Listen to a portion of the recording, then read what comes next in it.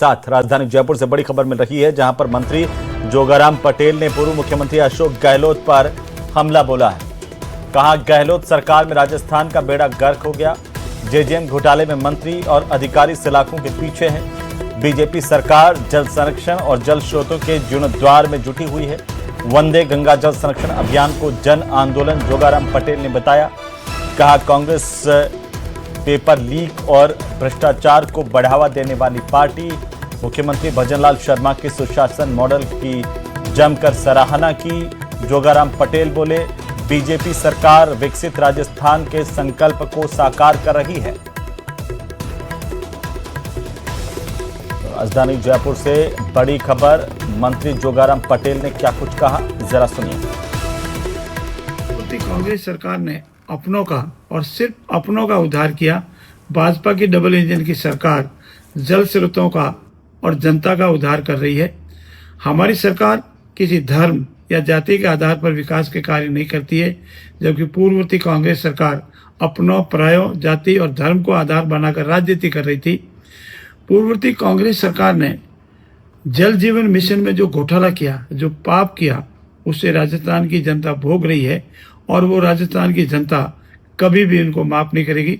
माननीय अशोक गहलोत मात्र सुर्खियों में रहने और अखबारों की सुर्खियां बनने के लिए बिना किसी आधार अनगलत बयान देते हैं, जिनका वास्तविकताओं से कोई लेना देना नहीं है। मेरा उनसे विनम्र अनुरोध है कि वे आंख खोलें, नजरें उठावें, विकास को देखें और राजस्थान के यशस्वी मुख्यमंत्री आदरणीय भजनलाल जी ने जो पेयजल की योजनाओं का लंबे समय से कांग्रेस ने अटकाए रखी थी, उन सब का निराकरण किया है, रोजगार दिया है और जिन्होंने पेपर लीक के माफिया बने थे उनको सलाखों के पीछे भेजा है। माताओं बहनों का, गरीबों का, सबका कल्याण किया है। तो मोदी सरकार के आज 12 साल पूरे हो गए और इन 12 सालों में दुनिया में भारत की नई पहचान बनी है। न्यूज 18 के मैनेजिंग एडिटर अमिश देवगन की यह खास रिपोर्ट देखिए। 26 मई 2024 भारत के इतिहास की वो तारीख है जिसने भारत की तकदीर और तस्वीर दोनों बदल के रखी। ये वो तारीख है जिसके बाद भारत न केवल अपने पैरों पर पूरी तरह खड़ा हुआ, बल्कि अब ऐसी रफ्तार से दौड़ रहा है जिसे देखकर पूरा विश्व हैरान है। दुनिया भर में मुश्किल हालात हैं, लेकिन एक दौर में फ्रेजाइल 5 में रहने वाली हमारी इकोनॉमी, अर्थव्यवस्था ये बताने के लिए काफी है कि भारत का पॉलिसी पैरालिसिस वाला दौर काफी पीछे छूट चुका है। मोदी सरकार के 12 साल मुश्किल फैसलों, संकल्पों की पूर्ति की एक बड़ी कहानी, बड़ी इबारत। आपको कुछ सामान्य सी बातें लगेंगी, लेकिन यह बहुत बड़ी है, क्योंकि 2014 में जब नरेंद्र मोदी ने प्रधानमंत्री पद की शपथ ली और कहा, मैं दामोदर दास मोदी, जब यह शपथ ली उसके बाद भारत का एक रीसेट बटन प्रेस होता है। और जब यह रीसेट बटन प्रेस होता है तो बहुत सी चीजें बदल जाती हैं, और जिसकी तपिश आज भी कुछ लोग महसूस कर रहे हैं। वो तपिश क्या है वो आपको सुनने को मिलेगा आगे आगे, जैसे मैं इस कहानी में आगे बढ़ूंगा। तब देश में वेलफेयर और गवर्नेंस गैप सबसे बड़ी चुनौती थी, चैलेंज में से एक थी। करोड़ों लोग बैंकिंग सिस्टम से बाहर थे, गांव में गैस कनेक्शन लग्जरी जैसा प्रतीत होता था, स्वास्थ्य सुविधाएं लिमिटेड थी और सरकारी योजनाओं का लाभ किसे मिलता था, इसका सटीक वर्णन स्वर्गीय राजीव गांधी ने किया था, मैं नहीं कह रहा। उन्होंने कहा था कि जब सरकार 1 रुपया खर्च करती है तो लोगों तक केवल 15 पैसे ही पहुंचते हैं। इसलिए प्रधानमंत्री नरेंद्र मोदी ने सबसे पहले उन कामों को इंपॉर्टेंस दी, तरजीह दी, जिनका संबंध मुख्यतः समाज के गरीब, पिछड़े वर्ग से था। जनधन योजना से करोड़ों लोगों को बैंकिंग सिस्टम से जोड़ा। इसकी वजह से पैसा सीधे लाभार्थी तक यानी बेनिफिशियरी के खाते तक पहुंचता है। बड़ी सामान्य सी बात लगे कि आज आपको, लेकिन 12 साल पहले नहीं थी जी, बहुत मुश्किल थी। एक गरीब आदमी से आप पूछ के देखिए, लेकिन लुटियंस दिल्ली में बैठ के, साउथ बॉम्बे, साउथ बैंगलोर में बैठ के, या फिर लखनऊ के किसी आलीशान होटल में बैठकर, या फिर एक बड़े घर में बैठ के इसकी कल्पना करना भी मुश्किल हो जाता है। लेकिन गांव देहात में ये लोग समझते हैं, शहर का गरीब आदमी भी समझता है। वो भी पूरा का पूरा पैटर्न बदल दिया है वहां पर। उज्ज्वला योजना ने गरीबों के घरों को धुआं मुक्त कर दिया है, गरीबों को भी लग्जरी का एहसास हुआ है। स्वच्छ भारत मिशन ने सफाई जैसे नॉन इशू को अचानक राष्ट्रीय मुद्दा बना दिया है। प्रधानमंत्री नरेंद्र मोदी ने इसके बाद नेक्स्ट लेवल रिफॉर्म्स की शुरुआत की। आयुष्मान भारत से गरीबों को 5 लाख तक मुफ्त हेल्थ फैसिलिटी दी, जीएसटी लागू कर पूरे देश में एक टैक्स व्यवस्था बनाई। इसके बाद दूसरे कार्यकाल में तो मोदी सरकार ने और प्रचंड रुख अख्तियार कर लिया। दूसरे कार्यकाल की ताबड़तोड़ शुरुआत देखकर पूरा देश हैरान था। देश सोच रहा था कि अगर सरकारें इस स्पीड से काम कर सकती हैं तो इसके पहले की सरकारें ऐसा क्यों नहीं करती थी। मोदी सरकार ने अगस्त 2019 में अनुच्छेद 370 हटाकर जम्मू कश्मीर को सही मायने में भारत में शामिल कर दिखाया। विपक्ष ने तो छोड़िए, अधिकतर बीजेपी वालों ने भी शायद इसकी कल्पना नहीं की होगी। इसके बाद खुद प्रधानमंत्री मोदी ने प्रभु श्री राम के मंदिर की नींव रख दी, जो 500 साल बाद रखी गई। कुछ लोग कहते हैं 550 साल बाद, कुछ लोग कहते हैं केस तो 50 साल से चल रहा था, लेकिन असल में 500 साल बाद यह मंदिर की नींव रखी गई। राम मंदिर आंदोलन वो आंदोलन है जिसकी वजह से भारतीय जनता पार्टी 2 सांसदों से 300 के आंकड़े के पार पहुंची थी। इस दौरान दुनिया को 100 साल बाद कोविड जैसी महामारी ने जकड़ लिया। लोग घबराए हुए थे, डरे हुए थे, पूरी दुनिया सहमी हुई थी, आशंका थी। वो कहते थे हमारे यहां जैसी व्यवस्थाएं हैं उससे लाशें बिछ जाएंगी, भारत तबाह हो जाएगा, भारत में तबाही और सुनामी आएगी। लेकिन असल में हुआ क्या? भारत कोविड काल में आत्मनिर्भर बना, अपनी खुद की वैक्सीन डेवलप करी, पीपीई किट, वेंटिलेटर जैसी चीजों के आयात तक देश से निर्यातक देश बन गया। सुनने में आज आपको बहुत सरल लगेगा, लेकिन हुआ बहुत बड़ा है। यानी जब दुनिया कोविड से त्राहिमाम कर रही थी, तब भारत के लोग खुद की स्किल्स डेवलप कर रहे थे। मोदी सरकार की यह वो उपलब्धि थी जिसकी वजह से उन्हें एक निर्णायक और संकट के समय फैसला लेने वाली सरकार के रूप में पहचाना जाने लगा। 2024 के बाद मोदी सरकार के तीसरे चरण का फोकस सिर्फ घरेलू राजनीति नहीं, बल्कि दुनिया में भारत की नई भूमिका पर दिखाई देता है। भारत अब खुद को वैश्विक सप्लाई चेन और टेक्नोलॉजी हब के रूप में स्थापित करने की एक बड़ी कोशिश कर रहा है। सेमीकंडक्टर मैन्युफैक्चरिंग से लेकर एआई और इलेक्ट्रॉनिक्स सेक्टर तक बड़े निवेश आकर्षित किए जा रहे हैं। रक्षा निर्यात में लगातार बढ़ोतरी भारत की सामरिक ताकत का एक नया बड़ा संकेत बन रही है। कई देशों के साथ फ्री ट्रेड एग्रीमेंट यानी एफटीए की दिशा में बातचीत तेज हुई है। कुछ देशों के साथ एफटीए हो भी चुका है। वहीं ऑपरेशन सिंदूर और नक्सलवाद के खात्मे जैसे अभियानों ने भारत की सुरक्षा नीति को और आक्रामक रणनीतिक संदेश भी दुनिया तक पहुंचाया है। G20 का आयोजन हो, कॉमनवेल्थ गेम्स की मेजबानी हासिल करना हो, भारत 12 सालों में फ्रेजाइल 5 से निकलकर अब आकर्षण का केंद्र बन गया है। सब भारत का साथ चाहते हैं, सब भारत से दोस्ती चाहते हैं।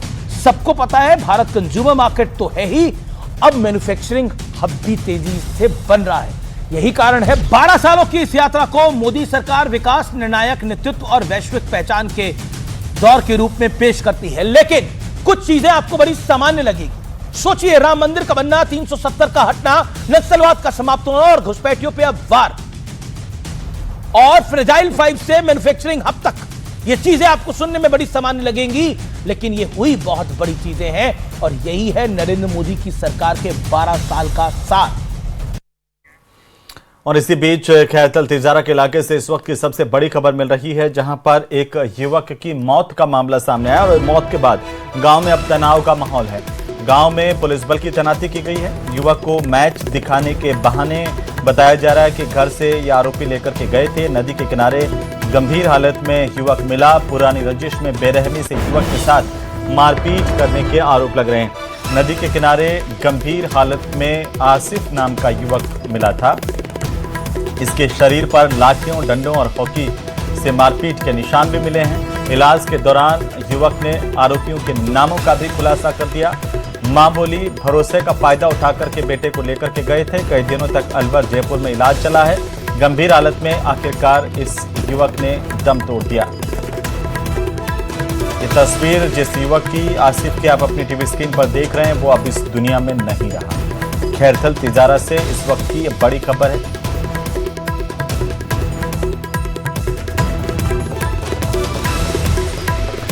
उधर राजस्थान से लेकर मध्य प्रदेश तक आगामी राज्यसभा चुनावों को लेकर सियासी हलचलें तेज हो गईं। इस बार 3-3 सीटों पर चुनाव होने। बीजेपी में संभावित उम्मीदवारों को लेकर कई बड़े नाम नेताओं की चर्चाओं में हैं, तो वहीं कांग्रेस के खेमे में भी कई उम्मीदवार इस लाइन में हैं। रिपोर्ट देखिए।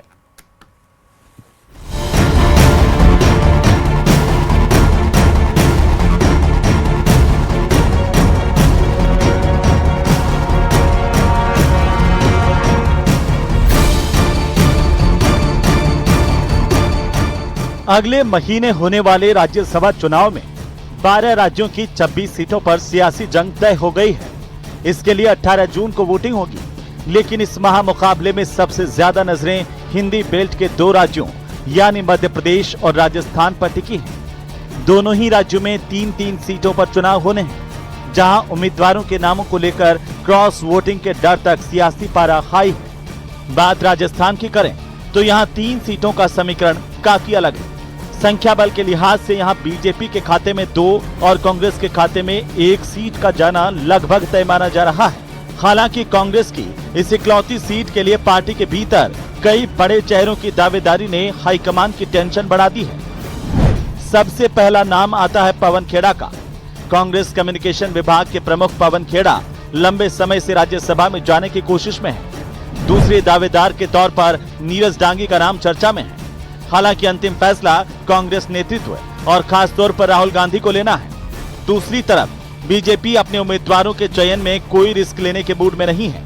पार्टी इस बार जातीय संतुलन, संगठन के प्रति वफादारी और क्षेत्रीय समीकरणों को ध्यान में रख करके ही नाम फाइनल करने की तैयारी में है, ताकि आने वाले चुनाव में इसका बड़ा और सीधा राजनीतिक फायदा उठाया जा सके।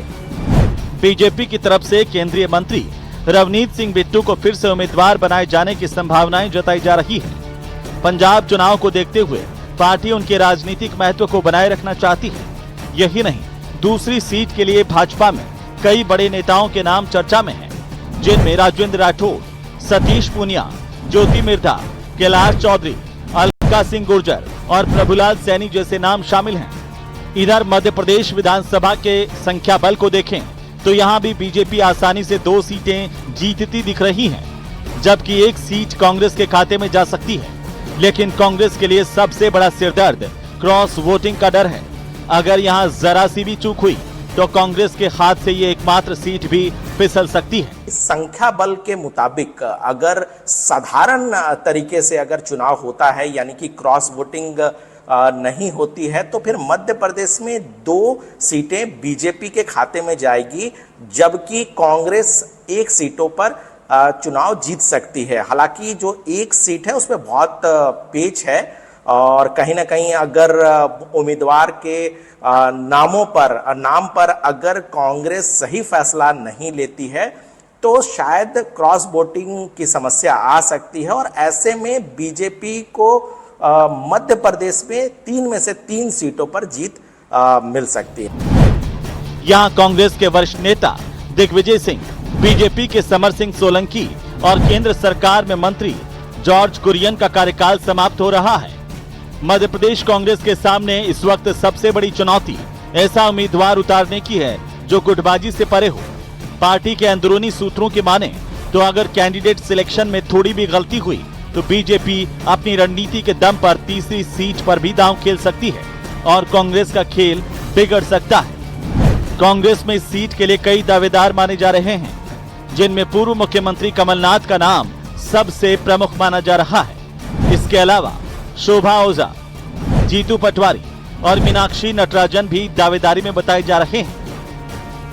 कहीं ना कहीं जो मध्य प्रदेश का चुनाव होगा वो काफी दिलचस्प कहा जा सकता है और सबकी नजरें होंगी। जहां तक उम्मीदवारों की अगर हम बात करें तो भले ही 1 सीट जो कि बहुत ही कांग्रेस के लिए चुनौतीपूर्ण सीट कहा जा सकता है। कुल मिलाकर देखें तो राजस्थान में कांग्रेस की सीट फिलहाल सुरक्षित मानी जा रही है, लेकिन मध्य प्रदेश में कांग्रेस के सामने क्रॉस वोटिंग और उम्मीदवार चयन का डबल चैलेंज है। अब ये देखना दिलचस्प होगा कि राज्यसभा के इस रण में कांग्रेस बीजेपी से अपनी सीटें कैसे बचा पाती है। Bureau report, news 18 Rajasthan.